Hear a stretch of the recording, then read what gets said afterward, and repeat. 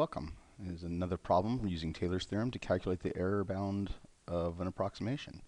So in this case, we're approximating cosine of 0.3 using 1 minus 0.3 squared over 2 factorial plus 0.3 to the fourth over 4 factorial.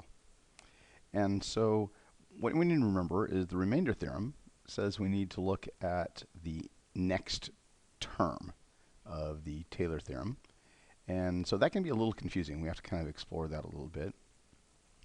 Let's take a look at what the Taylor theorem is for cosine of x. So actually, if you notice, p4 of x and p5 of x, the fourth degree and the fifth degree Taylor polynomial for cosine of x, is 1 minus x squared over 2 factorial plus x to the fourth over 4 factorial. And so in that case, you see we're actually looking at the fifth term where it looks like we're first looking at the fourth term. So p5 of x, the remainder for that is going to be based on the sixth derivative. So here's the six derivatives of cosine from cosine of x to the sixth derivative of cosine of x, which is negative cosine of x.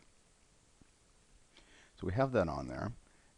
And so there, what we're looking for is r5 of x, which is the sixth derivative, the maximum value of the sixth derivative, times x to the sixth over 6 factorial.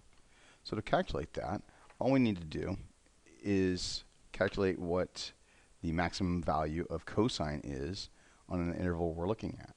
Well, in this case, the interval we're looking at, we're going to be looking at just the cosine of 0 is going to be that maximum value there, and the cosine of 0 is 1. Actually, we're working for negative 1. But since we're taking the absolute value of this, of course, it's going to be positive 1 once we put it in here. So this value ends up being the absolute value of negative 1. X to the sixth, well, our x that we're using here is just 0.3. So 0.3 raised to the sixth power all over 6 factorial.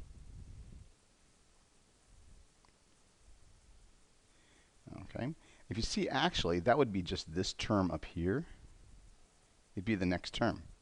The next term would be negative 0.3 to the sixth over 6 factorial. So it's actually the exact same term, and that just happens to work out this way because of the maximum value of cosine on that interval is 1. So here we go. That answer, once we put it into our calculator, is 1.0125 times 10 to the negative 6. Again, some of the confusion on this problem lies on the fact of it looks like we have 3 terms, but notice that's coming from x to the fourth over 4 factorial, so that would be the fourth order Taylor polynomial, and the fifth order would be the same, because you should recall on cosine down here every other term is 0. So we don't have a fifth power. We skip right to the sixth power. So we're actually looking at either the P4 or P5 of cosine of x. Therefore, the remainder we want is R5, which is based on the sixth degree, the sixth derivative, and the 6 factorial. Hope that clears some of that up. Thank you for listening.